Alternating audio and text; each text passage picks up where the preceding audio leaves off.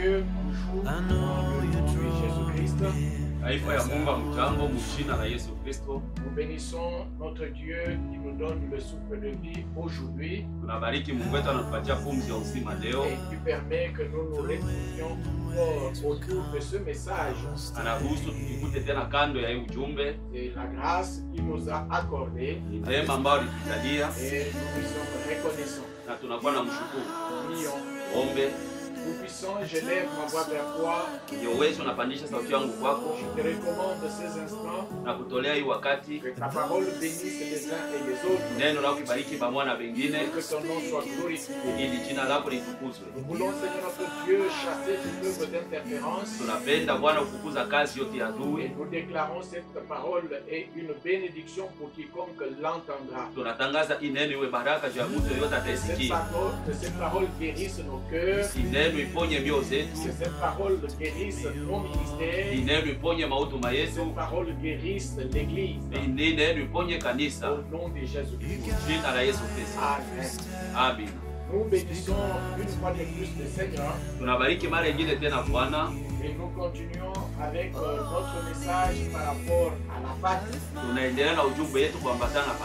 Et lorsque je parle de la Pâque, je ne vois pas les grandes lignes comme on le voit d'habitude. Parce que souvent quand on parle de la Pâque, on voit Jésus, on voit sa souffrance, on voit sa mort, on voit sa résurrection. Et pourtant, sur le chemin de la Pâque, il y a beaucoup d'éléments qui doivent nous servir de leçons et pour notre édification. Le chemin vers la Pâque, ou le chemin de la Pâque, est plein de beaucoup d'enseignements qui doivent nous servir, qui doivent nous édifier, pour que nous puissions vivre véritablement les effets de la Pâque. C'est pourquoi aujourd'hui, je vais parler de deux graves maladies qui étaient dans le cœur des disciples et que Jésus a pu guérir avant la Pâque. Parce que si la Pâque était intervenu et que Jésus soit ressuscité, que Jésus soit monté au ciel et ayant laissé ces deux maladies dans le cœur des disciples, je crois que l'évangile ne nous aurait pas parvenu jusqu'ici. Cela est très important. C'est pourquoi le message que je donne ce matin, je le compare un peu avec les joueurs. Souvent, quand nous suivons la télévision, nous voyons le match. Et le match, on nous montre ce qui se passe sur le terrain. Mais pour ce match-là, il y a ce qu'on appelle les à côté. Et les choses, souvent les à côté ne sont pas vues par ceux qui les téléspectateurs. Par exemple, les activités qui se passent au vestiaire, ou les petits troubles, les difficultés, les problèmes qui peuvent se passer entre supporters. Mais souvent la caméra est braquée seulement sur l'activité principale qui est le match qui se joue sur terrain. Mais le message de ce matin, notre caméra est braquée, je dirais, vers le vestiaire et vers les à côté de notre Pâque. Afin que nous comprenions qu'il y a des choses sur lesquelles nous devons avoir un œil bien ouvert si nous voulons vivre les effets de la Pâque. Il y a des choses qu'on ne doit pas négliger si l'Église veut vivre les effets de la Pâque.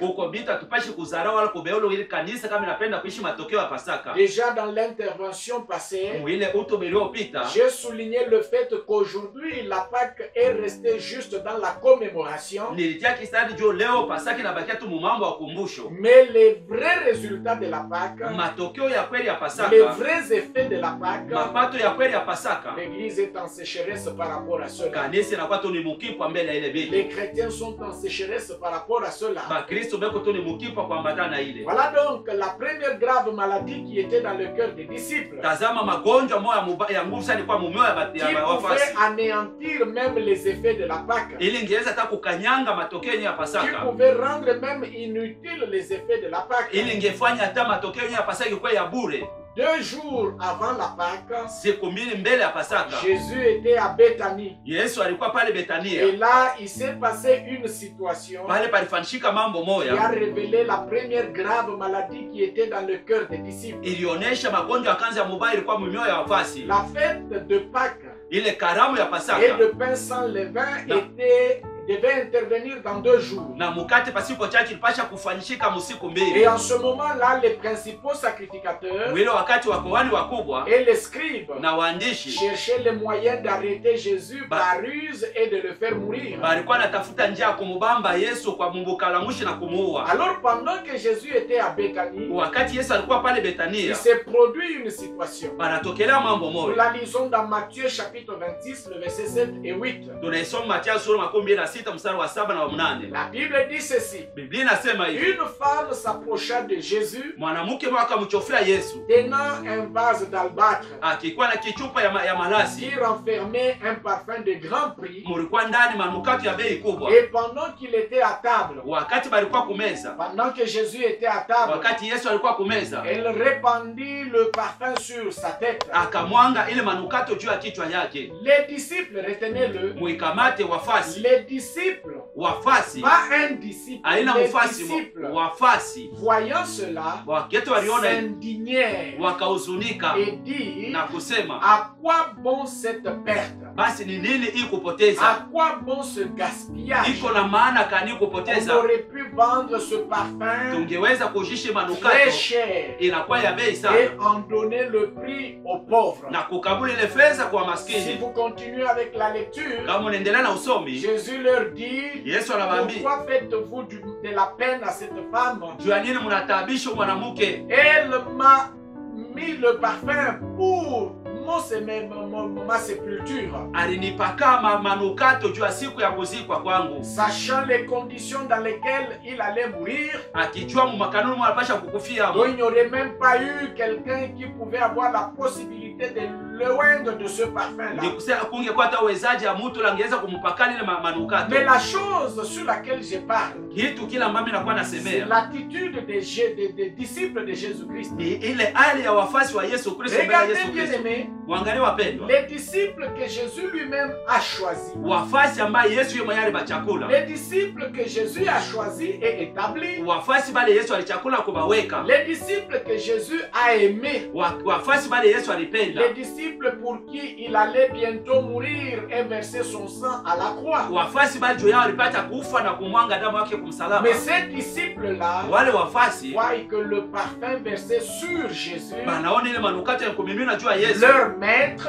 Bwana wabo, est un gaspillage, inakuwa ni kupoteza, est une perte. inakuwa ni kupotesha. Ils ont trouvé que leur maître Baliona kama Bwana wabo n'était pas digne de ce parfum, ashikustahili kupakana mais les manukato, pauvres lakini maskini en étaient dignes. bobo ndio balistahili Et kupewa. c'était à ces gens-là Ni kubale batu que Jésus allait bientôt laisser la gestion de la grande richesse concernant la grâce du salut. ni pale Yesu alipasha kuachia ile utajiri kubwa kuambatana wokovu ya ulimwengu. Oui, Jésus devait bientôt Yesu alipasha hapa leur sasa laisser kubaachia la gestion uongozaji de la grande richesse ya utajiri kubwa concernant la grâce inayotazamia neema du salut de toute l'humanité. ya wokovu ya ulimwengu Mais zima. ces gens-là Lakini wale batu ont trouvé que leur maître baliona kama Bwana wao était indigne du parfum, asikustahili ile mais les manukato, pauvres lakini maskini en étaient dignes. bonjo balistahili Vous kuipata. comprenez vite que ces gens-là, Unaelewa kwa haraka sasa, wale jusqu'à ce point-là, kufika pa ile nukta n'étaient pas prêts abakukwea tayari d'une telle responsabilité. ya kuwapatia madaraka ya Ils vile, n'étaient pas prêts abakukwea tayari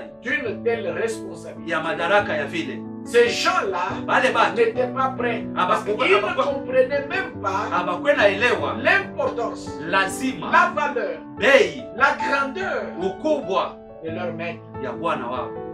Ils ne comprenaient même pas Abakwe naelewa la puissance uwezo et l'autorité na ile de mamlaka leur maître. ya bwana wao.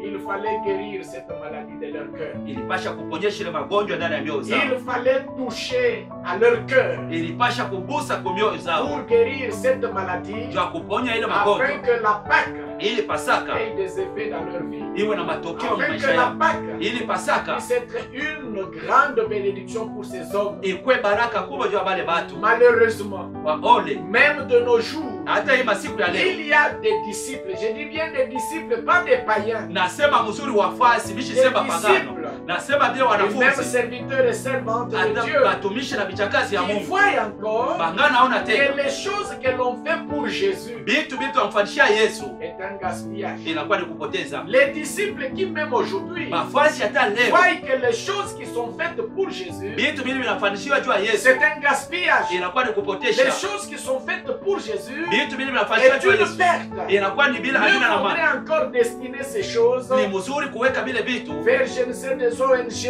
kuipeleka shule kwa vers je ne maoje, sais encore quoi que ce soit, sijue kitu vers kani je ne tena, sais quel groupe folklorique. sijue kundi kani ya Mais watu. lorsqu'on le fait pour Jésus, Wakati wanamfanyishia hapo c'est Yesu un gaspillage inakuwa ni kupotesha et c'est une perte. na ni kupoteza tu. Il fallait guérir les cœurs de ses disciples Ilipasha kuponya mioyo ya wale de wafasi cette maladie. na ile Et magonjwa. je crois aussi, Nazania tena même de nos jours, na tena masiku ya leo l'Église a besoin de cette guérison. kanisa kuna lazima na ile uponyaji. L'Église a besoin d'être guérie. Kanisa kuna lazima na kuponyeshewa. Les disciples ont besoin d'être guéris. Wafasi wako na lazima na kuponyeshewa. Les frères et les sœurs ont besoin d'être guéris. Wandugu na wadada Les wako na lazima serviteurs et les kuponyeshewa. servantes de Dieu Batumishi na vichakazi ya ont besoin Mungu. d'être guéris de cette guérison. Pose la question pourquoi Jésus le fait de cette façon-là. Inakuwa ina sisi tujiulize jua nini Yesu anavifanya namna Pourquoi hiyo. il ne donne pas précisément les lieux? Jua nini asiseme wazi ile Pourquoi fasi. il ne donne pas précisément le nom de la personne? Jua nini asitai jina wazi ya mtu. Ici, c'est moi qui pense. Hapa ni mimi ndio nawaza. Je crois que c'était pour brouiller les cartes de Judas,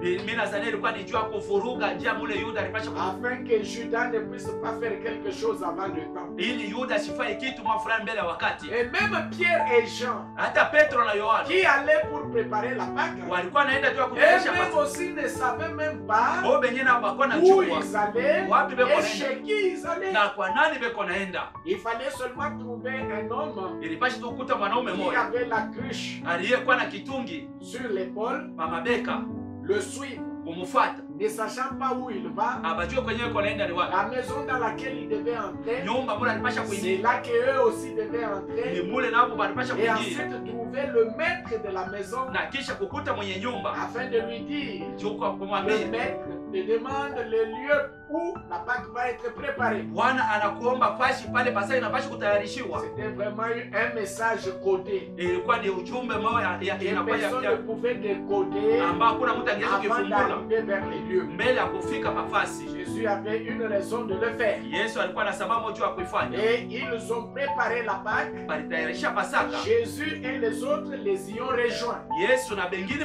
balibafuata pale. Maintenant, c'est là, Na ni les pale lieux où la Pâque devait se célébrer, pale Pasaka que ilipaswa la kusherekewa. deuxième grave maladie qui était dans le cœur des disciples s'est révélée. Magonjwa ya pili ya mubaya zaidi ilikuwa mumeo wa wafasi ilitokelea peupe. Voilà, nous trouvons cela dans Jean chapitre 13, à partir du premier verset, nous lisons. Tunakuta ile Yohana sura 13 mstari wake wa kwanza tunaisoma. Jean chapitre 13, Yohana sura 13 à partir du premier verset, nous lisons. kuanzia mstari wa kwanza À tunasoma. partir du premier verset jusqu'au verset 17.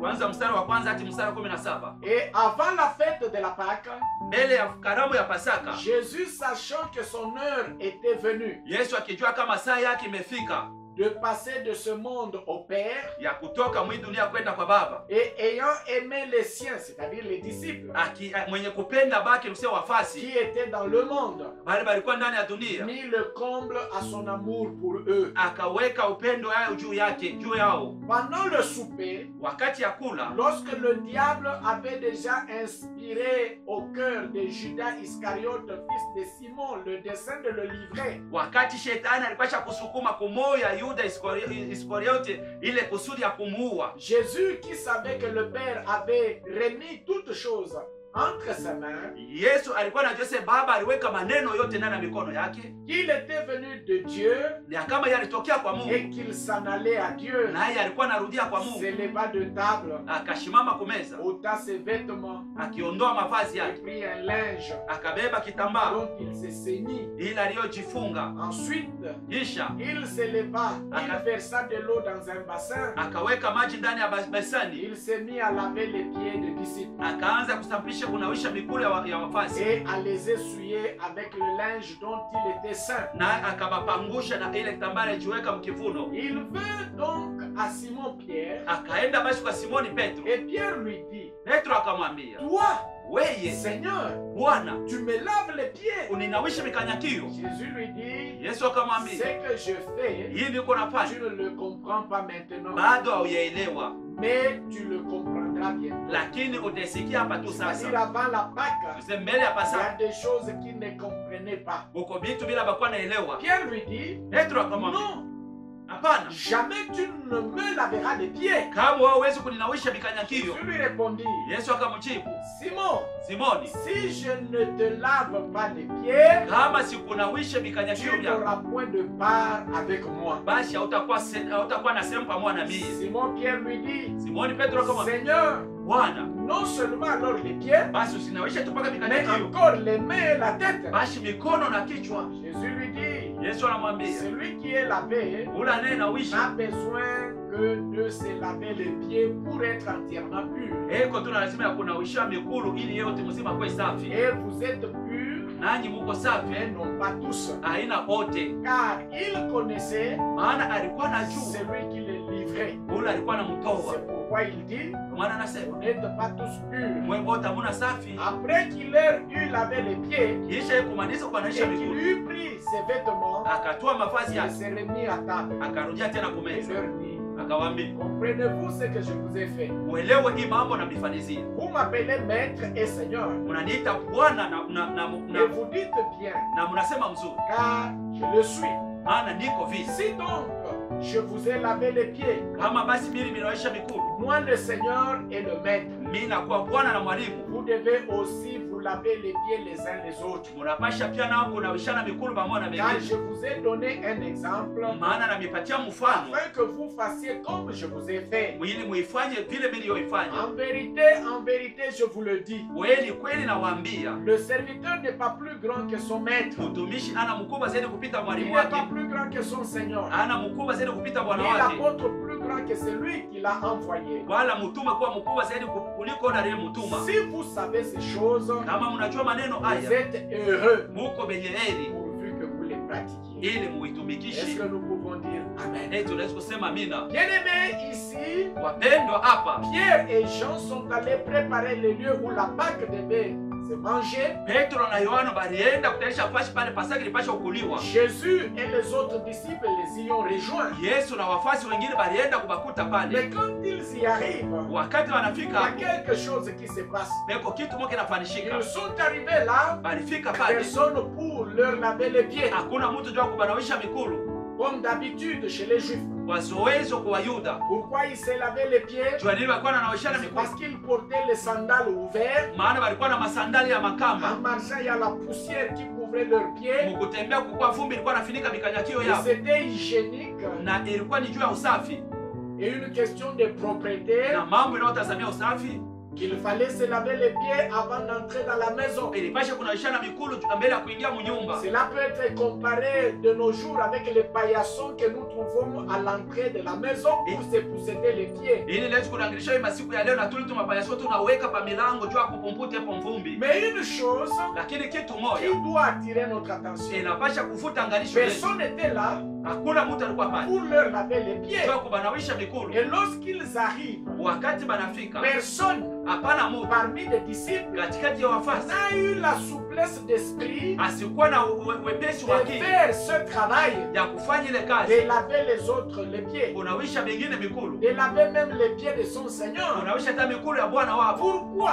Juu ya nini? Ils étaient aveuglés Balikuwa vipofu à cause d'une maladie qui était dans leur cœur. juu ya magonjwa ambayo ilikuwa ndani ya mioyo zao. Et cette maladie, Jésus devait la guérir Ile magonjwa Yesu alipasha par kuiponyesha cet acte qu'il avait posé. kupitia ile tendo alifanya. Cette maladie, c'est quoi? Ile magonjwa ilikuwa nini? Nous trouvons cette maladie dans Marc chapitre 9, Tunakuta ile magonjwa mu Marko sura ya le 9 verset 33 et le verset 34. mstari 33 na 34. Marc chapitre 9, Marko sura ya 9 le verset 33 et le verset 34. mstari 33 hadi 34. La Bible dit ce qui suit. Biblia inasema Ils inaofuata. arrivèrent à Capernaum. Wakafika pale Kapernaum. Lorsqu'il fut dans la maison, Wakati walipofika ndani ya nyumba, Jésus leur demanda. Yesu akawaomba, De quoi? Il leur demanda. akawauliza, De quoi discutiez-vous en chemin? basi ni maneno gani mlikuwa mkibishana munjia? Mais ils gardèrent silence. Wote wakabakia kimya, Personne ne put répondre. hakuna yule anaweza kujibu. Pourquoi? Kwa ajili ya nini? Car en chemin, Maana munjia ils avaient une discussion entre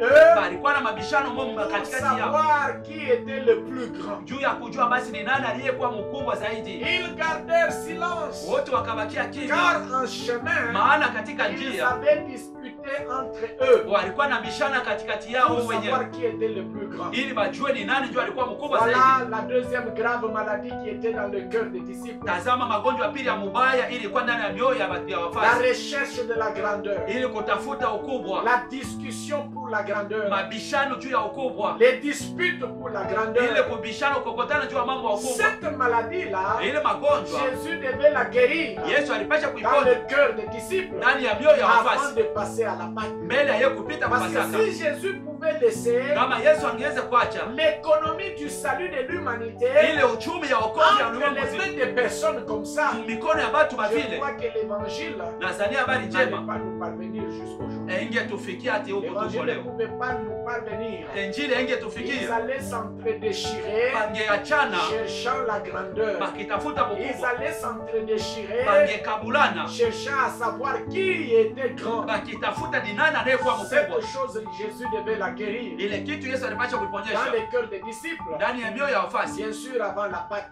ndiyo mbele ya Pasaka. Cette maladie Ile magonjwa les avait aveuglés ilikuwa kuwapofusha face même à la présence du Seigneur au milieu d'eux. mbele hata ya Bwana, mbele ya uwapo wao. Personne ne s'est humilié Hakuna yule anajishusha pour laver les pieds de son Seigneur. juu ya kunawisha mikulu ya Bwana wake. Personne, Hakuna mtu je crois, Nazania Pierre a regardé le disciple Petro aliangalia wafasi wengine. Jean, Yohana qui était le plus jeune. ndiye alikuwa mbali mtoto Il s'est kidogo, dit, anasema moi laver les pieds de ce jeune homme ici. mimi kunawisha mikulu Je ya ne ukijana peux pas. sitaweza. Jean aussi regarde Pierre. Yohana na anamwangalia Il Petro, dit, anasema moi laver les pieds de ce vieillard ici. mimi kunawisha mikulu ya Je ne uzee peux pas. sitaweza. Je crois Matthieu aussi. Nazania Matayo naye Regarde Pierre anaangalia Petro et les autres. na Il bengine, dit, moi, anasema mimi laver les pieds de ces pêcheurs de poissons ici. kunawisha mikulu ya hapa Les gens fuvu ya qui n'ont samaki, pas étudié. batu Je ne abakufunde peux pas. sitaweza. Je crois. Nazania Et Judas Iscariote. Yuda Iskariote naye Regarde aussi. anaangalia Il naye dit ces gens ici. anasema Moi, baba je ne peux pas. mishiwezi. Judas, fils de les Zélotes. Yuda C'était mweloti un patriote. alikuwa ni baba, Un patriote. alikuwa ni babu, Un patriote. Quelqu'un. mtu mwenyewe alikuwa anapenda nchi, Oui, un patriote. mtu alikuwa anapenda Quelqu'un nchi, qui était bouillant alikuwa pour anachamuka combattre juu ya kukombana contre la domination romaine. juu ya utawala wa Rumi. Il regarde, il dit ces gens ici. Anasema babatu Non, moi, je ne peux pas. sitaki mie, Alors ils sont restés.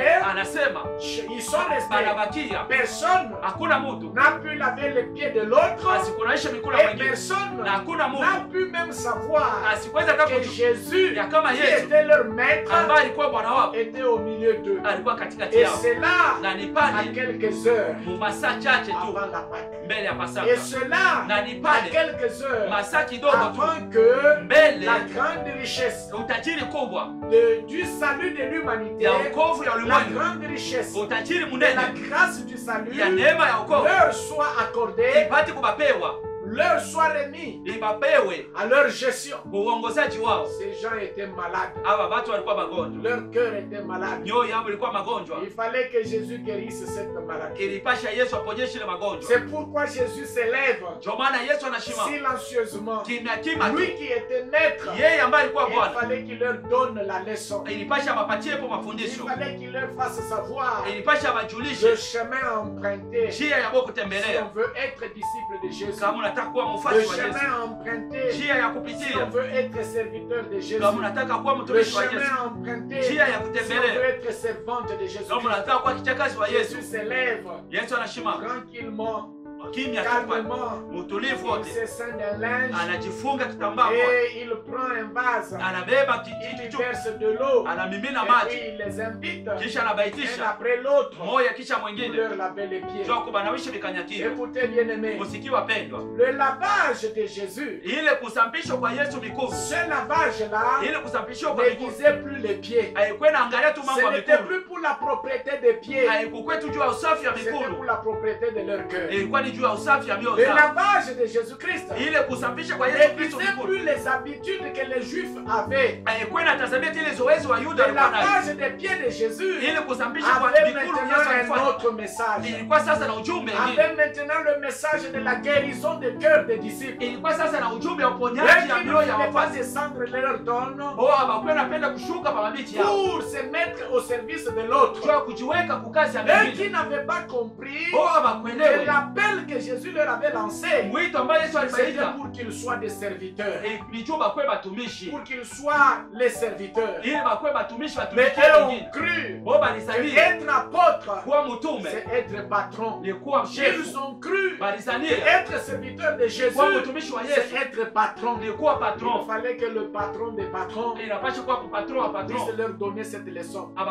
C'est pourquoi je disais que ce lavage de pieds ne visait plus la propriété, ne visait plus la propriété corporelle, mais ce lavage des pieds visait maintenant la guérison de leur cœur. Il visait maintenant la propriété des cœurs. Et ce lavage devait toucher les cœurs des disciples. Et pour ce lavage, il n'y a que Jésus qui devait le faire. Parce que si c'était les disciples qui l'auraient fait, ça se serait limité juste aux pieds, juste au corps, juste à la propriété des pieds. Mais ce lavage, ce n'est plus un homme qui devait le faire sur un autre homme. Ce n'est plus un homme qui devait le faire sur les disciples. C'est le maître lui-même qui devait le faire afin que ça touche le cœur, afin que ça guérisse le cœur, afin que ça prépare le cœur à la Pâque, afin que le cœur des disciples soit en mesure de jouir des effets de la Pâque. Oui, ce lavage était nécessaire pour que les disciples vivent les effets de la Pâque. C'est pourquoi Jésus le dit à Pierre au verset 8. Quand Pierre commence à refuser, le verset 8 dit ceci. Pierre dit à Jésus, non, Seigneur, jamais tu ne peux laver mes pieds. Jésus lui répondit, Simon, si je ne te lave pas, tu n'auras point de part avec moi. Si je ne te lave pas, tu ne vivras pas les effets de la Pâque. Si je ne te lave pas, tu ne seras pas un bon apôtre. Si je ne te lave pas, tu ne seras pas un bon gérant des grâces de Dieu. Si je ne te lave pas, tu seras inutile dans le corps du Christ. Si je ne te lave pas, tu seras inutile dans la grâce de Dieu. Si je ne te lave pas, ton ministère sera sec. Pierre, il il faut que je te lave. Petro inapasha nikunawishe. Parce que ce lavage Maana ile kunawisha kwa ne mikono. touche pas seulement les pieds, Haibambe tu mais mikono ce tu. lavage Lakini ile kunawisha touche ton cœur. inagusa moyo wako. De nos jours, bien-aimés, Masiku ya leo wapendwa. l'Église a besoin de ce lavage. Kanisa kuna lazima na kunawishiwa. De nos jours, bien-aimés, Masiku yetu les wapendwa. apôtres ont besoin de ce lavage. Mitume wanakuwa na De lazima nos jours, bien-aimés, masiku wapendwa. les disciples ont besoin de ce lavage. Wafasi wanahitajiwa ile De nos jours, kunawishiwa. bien-aimés, Masiku yetu les wapendwa. archbishops ont besoin de ce lavage. Archbishop na lazima ile De kunawishiwa. nos jours, bien-aimés, Masiku ya leo wapendwa. les évêques ont besoin de ce lavage. Mabishop na lazima ile De nos jours, kunawishiwa. bien-aimés, Masiku wapendwa. les pasteurs ont besoin de ce lavage. Mapasta beko na lazima ile De nos jours, kunawishiwa. bien-aimés, Masiku ya leo wapendwa. l'église entière Kanisa a nzima besoin de ce lavage. iko na lazima ile Que kunawishiwa. les effets de la Pâque Ili matokeo ya puissent Pasaka encore se faire vivre au sein de l'église. ionekane tena mkatika L'église kanisa. est malade. Kanisa iko mgonjwa. L'église est rongée par cette maladie. Kanisa inarudi na ile La magonjwa. maladie de la recherche de la grandeur. Magonjwa ya kutafuta La ukubwa. maladie de la discussion pour la grandeur. Magonjwa tu ya La kubishana tu ya maladie ukubwa. des disputes pour la grandeur. Magonjwa ya kukokotana tu ya Cette ukubwa. maladie ronge l'église. Ile magonjwa yanakuwa na Cette narua kanisa. maladie ronge des communautés chrétiennes. Ile magonjwa yanakuwa na narua Cette makomuniti ya maladie Wakristo. ronge des ministères. Ile magonjwa yanakuwa na narua Cette mahuduma. maladie affaiblit les effets de la Pâque dans l'église. Ile magonjwa inaziefusha matokeo ya Pasaka ndani ya kanisa. Cette maladie affaiblit les effets de la Pâque dans la vie de plusieurs serviteurs. Ile magonjwa inaziefusha matokeo ya Pasaka ndani ya maisha ya watumishi wa mingi. Dans la vie de plusieurs servantes. Maisha ya Cette bichakazi wa mingi. maladie affaiblit. Ile magonjwa inaziepusha. Vous trouvez aujourd'hui Unakuta leo une église kanisa qui moja se considère inakuwa comme najiona étant grande, kama vile kubwa tout simplement tu parce qu'elle elle évolue dans une grande bâtisse. maana iko na jengo kubwa. Et l'église évolue dans une grande bâtisse. Kanisa inakuwa natumikia ndani ya jengo kubwa. Toutes les autres qui évoluent dans des petites bâtisses et dans les bâches, ce sont des petites églises. Hii yengine yote iko mtu mabashi, iko mtu tudogo tudogo, ni tumakanisa twa kidogo. Et d'autres même peuvent appeler ça des binzambi. Ile inaweza kuita ingine hata makanisa kanisa. Et ils peuvent appeler ça mazebu. Na banaweza kuita ile inakuwa tu ni mazehebu. Non, bien-aimé. Hapana wapendwa. Non, bien-aimé. Hapana wapendwa. Cette maladie doit être guérie Ile magonjwa yanapaswa dans le kuponyeshewa cœur des églises. ndani ya mioyo ya Vous trouvez makanisa. une église qui se considère grande, Unakuta kanisa najiona tout kuwa simplement kubwa. parce qu'il y a beaucoup de membres là. Maana beko na banamemba wa mingi. Oh, c'est une grande église. Na hapa ni kanisa Et le kubwa. pasteur qui gère cette église Na là, ule pastor anakuwa anasimamia kanisa. Ni pastor c'est mkubwa. un grand pasteur. Ule ni pastor Et une mkubwa. église qui se considère grande Kanisa inayojiona kubwa. parce que cette église est au centre-ville. Maana ile kanisa iko katikati ya Et town. comme elle est au centre-ville, Sasa vile kwa toutes mtaoni. les autres qui évoluent à Kinkaville, Ile nyingine kwa les Makinga autres vile. qui évoluent à la Tabaco, Hii nyingine kwa Mataba les Kongo. autres qui sont à Bongonga, Nyingine kwa les Mabongonga. autres qui sont à Kigoma, Nyingine kwa sont des Kigoma. petites Ni églises. tu makanisa wa kidogo kidogo. Des petites églises. Ni makanisa kidogo Et ile. tu trouves les églises qui sont au golf. Unakuta makanisa kwa mgolf. Elles considèrent celles qui sont, je ne sais, à la Tabacongo comme des petites églises. Inakuwa naona ile kwa matabako msema Les makanisa églises kidogo. qui sont au golf. Makanisa kwa Les mgolf. pasteurs qui évoluent au golf. Mapastor bale Les wanatumikia pasteurs qui mgolf. évoluent au centre-ville. Mapastor bale Oh, wanatumikia ils mkanisa sont ndivyo. grands. Boni makubwa. Et tous ceux qui évoluent à Kambov, Wale beko ceux qui makambo. évoluent à Tumbwe, Wale beko sont des Kutumbwe. petits pasteurs Inakuwa ni mapasta wa et des kidogo. petites églises. Na makanisa kidogo Cette kidogo. maladie doit être guérie Ile magonjwa yanapaswa dans kuponyeshewa le cœur de l'église. ndani ya mioyo ya Cette kanisa. maladie doit être guérie Ile magonjwa yanapaswa dans le kuponyeshewa cœur des évêques. ndani ya mioyo ya Cette maeveke. maladie doit être guérie Ile magonjwa yanapaswa dans le kuponyeshewa cœur des bishops. mu mioyo ya mabisho. Dans le cœur, c'est dans le cœur des archbishops. Mu mioyo ya maarchibisho. Cette maladie doit être guérie Ile magonjwa yanapaswa dans le cœur kuponyeshewa des pasteurs. mu maroho ya Dans le cœur mapastor. des évangélistes. Mu mioyo ya Dans le mainjilisti. cœur de tout serviteur de Dieu. Mu mioyo ya Et dans watumishi le wote cœur wa de Mungu. tout disciple. Na mu mioyo ya wanafunzi Oui, wote. cette maladie doit être guérie. Ile magonjwa yanapaswa kuponyeshewa Pour que l'église vive les effets de la Pâque. ili kanisa iishi Pour que matokeo ya l'église Pasaka. vive les résultats de la Pâque. Ili kanisa iishi Et matokeo ya vous Pasaka. trouvez des serviteurs Mutakuta qui se watumishi considèrent grands banajiona kuwa parce bakubwa. qu'ils ont des diplômes de théologie. Beko na madiplome ya Ils mateoloji. sont, ils sont licenciés en théologie. Beko balisansie mu Ils teoloji. sont maîtres en théologie. Beko ni balimu mu Et ils sont teoloji. docteurs en théologie. Beko badokta mu Et teoloji. pour eux, Juu yabo ba. celui qui n'a pas fait la théologie, Ule sikufunda oh, c'est teoloji. un petit pasteur. Ule ni pasteur mwa chini. Petit pasteur. Ni pasteur mwa J'ai chini. suivi dernièrement Nilifuata hapa nyuma un nyuma. serviteur.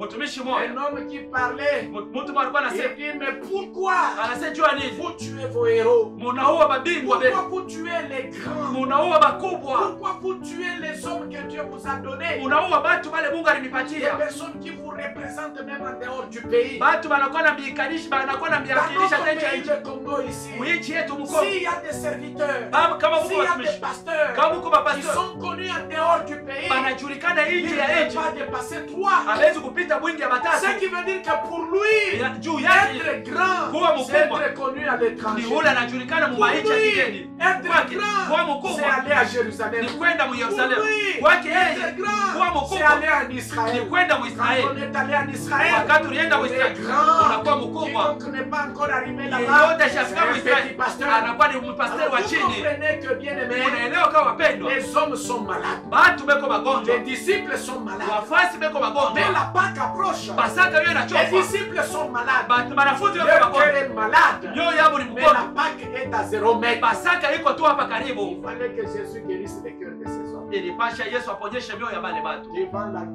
les disputes de la grandeur. mbele ya ile kukokotana juu ya mambo makubwa, Devant les disputes de la grandeur. mbele ya ile makokotano juu ya mambo Les makubwa. communautés se croient grandes par rapport à d'autres communautés. Makomunote yengine najiona kuwa kubwa kupita makomunote yengine. Moi, j'aimerais te poser la question. Mimi napenda kuuliza ulizo Les critères de grandeur ile mahali ya ukubwa sur lesquels reposent les serviteurs de Dieu aujourd'hui. juu yayo ambapo anaikalia watumishi wa Mungu leo, Ces critères-là ile mahali sont de quelle nature? iko ya hali kani, Les critères de grandeur ile mahali ya ukubwa sur lesquels reposent juu yayo panaikalia les serviteurs de Dieu aujourd'hui. watumishi wa Mungu Sur leo, lesquels reposent mahali les panaikalia pasteurs aujourd'hui. bapasteri Sur leo, lesquels reposent mahali les panaikalia bishops aujourd'hui. babishop Sur leo, lesquels reposent mahali panakuwa naikalia les quadribishops ou je ne sais quoi encore. mahali kani bakwadibishop kashijua bani bishop na sijue tena Ces mimi critères-là ile mahali sont déterminés par quoi ou par qui? inakuwa napimiwa na nini na nani. Et lorsque vous regardez, Wakati ce ne mnaangalia sont que des critères purement humains, inakuwa tu ni mahali moja ya des umutu, critères purement mondains. inakuwa tu ni ya dunia. Un frère m'a dit un jour, Ndugu mwana niambia siku moja il a vu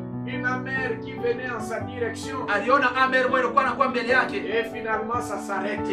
inashimama, Et on baisse la vitre. banashusha vitre Voit l'homme qui conduisait le saluer. na naona ule mtu alikuwa anatembeza ile gari anamlamukia. Jeune homme, bonjour. Kijana jambo, Il dit bonjour. asema jambo, Est-ce que tu peux m'indiquer l'avenue telle? eti unaweza kunionyesha avini fulani? Il dit non. Anasema Je pana, ne connais pas parce que je n'habite pas ce quartier. mimi sijui ile avini, maana mishika lake mimi mkoba. Et il lui pose la question. Anamuuliza ulizo, Est-ce que tu connais celui qui te parle? eti unajua ule unasumbulia naye? Il dit oui, oui. Anasema ndio. Il dit c'est qui? Asema ni Il nani? dit c'est l'archbishop tel. Asema ni archbishop fulani, L'archevêque tel. archiveke fulani. Voilà! Tazama, Donc tu le savais.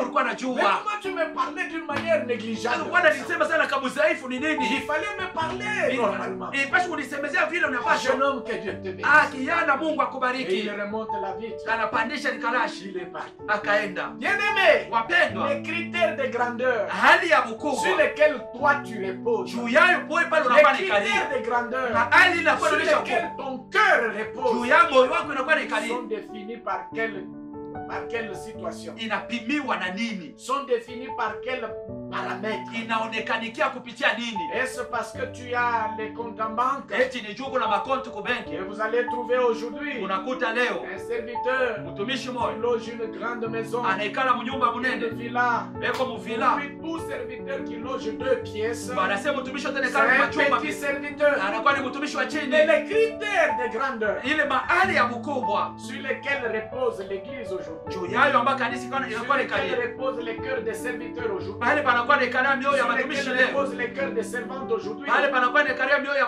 bichakazi leo, sont fixés par quel monde? inatiliwa na dunia kani, C'est juste la grandeur selon le monde. inakuwa tu ni ukubwa kuambatana na dunia. Voilà la raison Tazama sababu pour laquelle juu yayo il fallait que Jésus guérisse les cœurs des disciples. ilipasha Yesu aponyeshe mioyo ya wafasi. Un pasteur m'a dit un jour, Pastor mwa aliniambia siku moja, il a une carina, eko na Karina, il Il s'approche des feux de signalisation. Anashimama anakaribia pa mafea ya signalisation. Et tout d'un coup, kwa ghafla, il y a un monsieur dans sa Jeep qui vient. Eko bwana mmoja mjibu yake le dépasse brutalement. Anampita tu kwa ghafla pale. D'un coup le feu rouge s'affiche. Kwa ghafla ile moto feu rouge inawaka. Il freine brutalement. Anashimama tena kwa ghafla. Ce serviteur là aussi qui était derrière là était obligé de freiner brutalement. Ule mtumishi alikuwa nyuma na alikuwa alikazisha kushimama kwa ghafla. Alors quand il freine, il va dans son flanc. Wakati anashimama anaenda mpembeni yake. Il le regarde. Anamwangalia. Comme un petit frère regarderait son grand frère. Kama mdogo anaangalia kaka yake. Dans la Carina, il regarde celui qui est dans la mer. Ndani ya Carina yake anaangalia ule kwa Muhammad ya yule. Il lui dit, est-ce que c'est comme ça qu'il faut dépasser? Anamwambia si ndio vile wanapita kama chako. Tu ne peux pas bien conduire. Leta hawezi kuburura motoka mzuri. Celui qui était dans la mer le regarde tranquillement. Ule alikuwa Muhammad anamwangalia na utaratibu. Dans sa Jeep le regarde tranquillement. Alikuwa mjipu yake anamwangalia na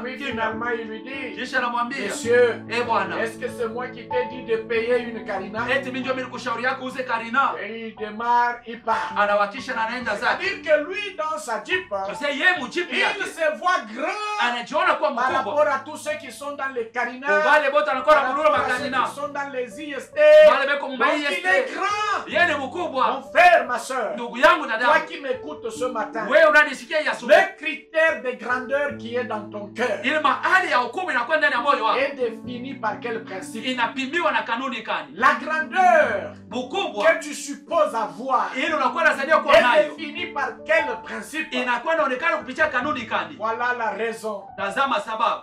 La raison pour laquelle Jésus devait guérir les cœurs des disciples. Sababu juu ya yule Yesu alipasha Il kuponya mioyo ya ne wafuasi. devait pas arriver à la Pâque Abangezi kufika kupasaka avec des critères de grandeur selon le monde. na ile mahali ya ukubwa kuambatana na Et dunia. je te pose la question. Mimi nakuuliza ulizo. Quelle est la raison de ta grandeur? Ni sababu kani ya ukubwa wako? Quel est l'objet de ta grandeur? Shabaha ya ukubwa wako ni nini? Et change ce matin. Badilisha hii Que ton asubuhi. cœur en soit guéri. Moyo wako iponyeshewe. Que tu vives, que tu célèbres la Pâque Usherekee Pasaka avec un cœur guéri na moyo wenye de kuponyeshewa cette maladie. na ile Que magonjwa. tu célèbres la Pâque Usherekee Pasaka avec un cœur guéri. moyo yenye kupona C'est itaonekana ndani ya alors maisha. Ni que pale les sasa effets de la Pâque matokeo na mafaida ya se Pasaka manifesteront dans ton ministère. itaonekana mtu C'est wako. alors Ni pale que sasa les effets de la Pâque mapato ya se Pasaka manifesteront dans tes projets. itatokelea C'est alors matengenezo yako. que Njoo les pale effets de la Pâque mafaida ya se Pasaka manifesteront dans ta maison, itatokelea ndani ya dans nyumba ton yako, mariage, mundoa yako, dans ton foyer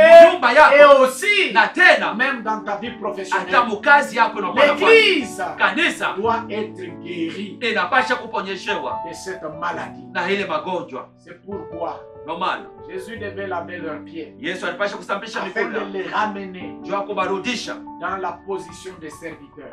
hali ya butumishi. L'église Kanisa Jésus devait les ramener Yesu alipasha kubarudisha dans leur position de serviteurs hali yao ya butumishi en leur lavant les pieds. akibanawisha Pourquoi mikono. je disais Ndio maana alikuwa ce anasema lavage-là ile ne kusambishwa kwa mikono concernait plus les pieds, haikuwa inatazamia tu mais mikono, ça concernait leur cœur. lakini ilikuwa naangalia sasa Et mioyo. ici, Hapa avant de terminer, mbele ya kumaliza, j'aimerais parler un peu de ce lavage des pieds. napenda kusemea kujua ile mambo ya kusambishana Parce que de mikono. nos jours, Hii masiku ya nous leo voyons les lavages des pieds se faire dans les églises. tunaona ile kusambishwa kwa mikono inafanyika ndani ya Vous savez, makanisa. bien-aimés, Unajua wapendwa, les formes que nous trouvons dans la Bible, ile mifano na mahali tunakuta mu nous Biblia devons savoir les contextualiser tunapasha kujua kuiweka mu wakati ya pour qu'on leo ne tombe pas dans les récits. ili tushanguke mubibaya. Est-ce que c'est encore utile Eti ingali tena faida aujourd'hui et de nos jours leo na hii masiku ya leo qu'on lave les pieds des chrétiens? basambishe banawishe mikulu Le pasteur vient avec le bassin pasteur anakuwa na beseni, et l'apôtre vient avec le bassin. mtume anakuwa na Il se beseni, met là anaikala avec pale un essuie-main en na main, isume avec kumikono le savon. na sabuni, Il lave les pieds des frères, anakuwa il anasambisha lave mikulu ya les mandugu, pieds des sœurs, anasambisha il mikulu ya lave les badada, pieds des mamans, anasambisha il mikulu ya lave mama, les pieds de tout le monde. anasambisha mikulu ya Est-ce batu. que c'est encore utile? Eti ingali tena Il faida, faudrait qu'on se pose cette question-là. inabidi tujiulize ile ulizo. Oui, nous devons savoir contextualiser les choses. Tunapasha kujua kuweka vitu Si mmaneno les masiku ya leo. Juifs lavaient les pieds, Kama Wayuda walikuwa c'est wanasambisha parce mikono, qu'ils portaient des sandales ouvertes, ni juu walikuwa wanavaa ils masandali, marchaient dans la walikuwa poussière wanatembea et mvumbi, ils avaient besoin nabo walikuwa na lazima de se laver les pieds. ya kusambishana mikulu. Et même ce n'était pas le propriétaire de la maison qui le faisait. Haikuwa mwenye nyumba ndio alikuwa anaifanyaka. C'était le travailleur qui le faisait. Ilikuwa ni ule boy wake ndio alikuwa anaifanya. Mais pour les disciples, juu ya wafasi, le lavage des pieds, kusambishana mikulu, ça les a conduits à avoir la notion de serviteur. Ilibasukuma bakwenda ile hali ya mtumishi. À avoir la notion de l'humilité. Est-ce que de nos jours, parce que Jésus a utilisé la forme qui était dans la culture juive afin de leur apprendre l'humilité. Est-ce qu'aujourd'hui, pour vivre l'humilité et pour être serviteur, il faut qu'on se lave encore les pieds? Et d'ailleurs même, la manière dont la chose s'est faite, là où on lave les pieds, c'est toujours le pasteur qui lave les pieds. C'est toujours l'apôtre qui lave les pieds. Oh, Jésus a dit, lavez-vous les pieds les uns les autres. Jésus n'a pas dit que les bishops lavent les pieds des disciples, que les bishops lavent les pieds des fidèles. Jésus a dit, lavez-vous les pieds les uns les autres. C'est-à-dire, ce n'est pas seulement le pasteur qui doit laver les pieds si cela doit se faire. C'est-à-dire que le pasteur doit aussi accepter que les fidèles lui lavent les pieds. Ça doit se faire réciproquement. Vous comprenez par là, il y a quelque chose qui ne va pas. Vous comprenez par là que c'est une imitation aveugle des formes bibliques mal placées. On doit contextualiser. J'aimerais poser une question. Un fidèle que toi, pasteur, avec ta Jeep, tu ne sais pas aller le visiter à cause du quartier qu'il habite. Parce que tu estimes que ton véhicule ne peut pas arriver dans ce quartier-là. Mais c'est seulement à l'église que tu viens lui laver les pieds pour montrer ton humilité. Ça, c'est un mensonge. C'est seulement à l'église que tu viens lui laver les pieds pour montrer comment tu es humble. Ça, c'est un mensonge. Un fidèle, un chrétien que tu ne sais pas aller visiter quand il est malade parce que tu estimes que ces chrétiens-là ne méritent pas ta visite. Mais c'est seulement à l'église que tu viens lui laver les pieds pour lui montrer combien tu es humble. Ça, c'est la sorcellerie. Et les choses doivent changer. Les cœurs doivent être guéris de la véritable maladie. Les cœurs doivent être guéris pour que l'église vive les effets de la Pâque. Cela est très important. Moi, je crois que le geste du lavage de pieds doit être remplacé par d'autres gestes et par d'autres actions pour montrer ton humilité et pour montrer ta nature de serviteur. Et en ce moment-là, on dira véritablement que la Pâque a des effets dans ta vie. La Pâque a des effets dans l'église. Jésus a dit, lavez-vous les pieds les uns les autres. Et nous devons le faire pour montrer que nous sommes véritablement serviteurs. Non seulement dans le lavage des mains, parce que dans le lavage des pieds, parce que ce lavage des pieds-là n'a pas de sens dans notre culture. Ce lavage des pieds-là n'a pas de sens dans notre culture. Il y a autre chose qui peut être fait dans la vie quotidienne qui montre que nous prenons soin les uns des autres. Et nous devons le faire. La Pâque est à nos portes. La célébration de la Pâque est à nos portes. Oui, je l'ai dit dans notre intervention passée. Christ, notre Pâque, a déjà été immolé. Nous sommes en train de vivre la Pâque tous les jours. Mais alors que nous nous approchons de la célébration de la Pâque, nos cœurs doivent être guéris. C'est deux graves maladies. Nous voulons que la Pâque ait des résultats. iwe na matokeo ndani ya maisha yetu. que la Pâque Kama tunapenda ait Pasaka des résultats dans l'église. iwe na matokeo Si ndani ya nous voulons kanisa. que la Pâque Kama tunapenda ait Pasaka des résultats iwe na mapato dans nos ministères. ndani ya mahuduma Que yetu. Dieu Mungu bénisse l'église. abariki kanisa. Que Dieu te bénisse. Mungu Toi akubariki qui as suivi ce message. wewe uliofuata hii ujumbe. Nous allons prier. Tutaomba. Tu vas élever ta voix Utapandisha sauti et yako tu vas recommander ton cœur. na utatolea moyo Toi wako qui m'as écouté. wewe ambao Toi qui as ulionisikia suivi ce message. uliyefuata hii Tu vas ujumbe. élever ta voix Utapandisha pour sauti yako que ton cœur ili moyo wako soit guéri de iponyeshewe ces deux graves maladies. na ili magonjwa mbili ya Oui, mbaya la sana. première maladie, nous avons dit, Magonjwa ya kwanza les tulisema disciples qui étaient à la porte de la célébration de la Pâque, wafasi walikuwa tupa mlango wa kusherekea kwa Pasaka, mais les cœurs étaient malades. mioyo yao ilikuwa mgonjwa, Leurs yeux macho yao étaient encore aveugles ilikuwa ingaliki kipofu sur la grandeur et la valeur de leur maître. juu ya ukubwa na bei ya Bwana wao. Ils ont trouvé que les pauvres étaient dignes du parfum de cette femme, Baliona kama bamaskini balistahili ile manukato ya ule mwanamke, pas leur maître. haiko Bwana wao. Élève ta voix Inua sauti yako, et prie, mon frère, ma soeur. omba ndugu yangu, dadangu. Tendre Père, j'élève ma voix vers toi. Je te confie ma vie. Je te confie la vie de mon frère, la vie de ma soeur. Je te confie l'Église aujourd'hui.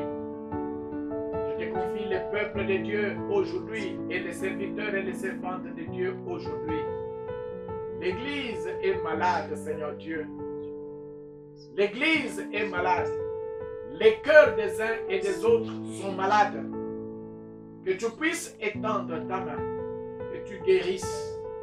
Il y ait le véritable lavage de, Seigneur notre roi, du cœur. Le véritable lavage du cœur, Seigneur, c'est de cela que nous avons besoin. De manière que l'Église recouvre encore sa nature. Et que les effets de la Pâque se fassent voir. Que la gloire de ton nom se manifeste. Que la puissance de ton nom se révèle. Et que, Seigneur notre Dieu, la vie de l'Église reflète réellement la puissance de la Pâque. Au nom de Jésus-Christ, nous te prions. Guéris, Seigneur Dieu, l'Église. Guéris, éternel Dieu, l'Église. Guéris l'Église, Seigneur Jésus. De telle manière que la Pâque puisse avoir des résultats au sein de ton peuple. De telle manière que la Pâque puisse avoir des effets au sein de ton peuple. Fais-le, Seigneur. Fais-le, notre Dieu. Nous t'en supplions. Nous t'en supplions, notre Dieu. Par la puissance du Saint-Esprit, fais-le. Touche les cœurs des uns et des autres. De telle manière que les uns et les autres sachent s'élever de leur trône et savoir se mettre. Oui, Seigneur, dans la position des serviteurs et dans la position des servants. Il en soit ainsi, notre Dieu. Merci pour tout ce que tu as accompli. Et merci pour la grâce que tu nous accordes. Merci pour la guérison que tu opères dans la vie de l'Église. Merci, éternel Dieu. Nous allons prier également par rapport à la situation sanitaire que nous sommes en train de vivre. Nous n'oublions pas la pandémie qui secoue le monde entier. Oui, l'Église doit être guérie pour que la prière de l'Église soit efficace, même par rapport aux difficultés de la vie, même par rapport aux difficultés du moment. L'Église a besoin de la guérison. Et si les cœurs sont guéris, nos déclarations, nos prières seront exaucées et la gloire de Dieu va se manifester. Nous allons prier pour notre pays. Nous prions pour le monde. Que la gloire de Dieu se révèle. Que Dieu guérisse. Que Dieu guérisse. Élevons nos voix et prions. Éternel Dieu de grâce, j'élève ma voix vers toi. Je te confie, éternel Dieu, notre ville. Je te confie, éternel Dieu, les quartiers, les avenues dans lesquelles nous vivons. Je te confie également notre province. Je te confie notre pays. Je te confie notre président et le gouvernement, Seigneur. Je te confie, Dieu Tout-Puissant, le monde entier. Je te confie les médecins qui sont au front, éternel roi. Touche-les, Dieu Tout-Puissant.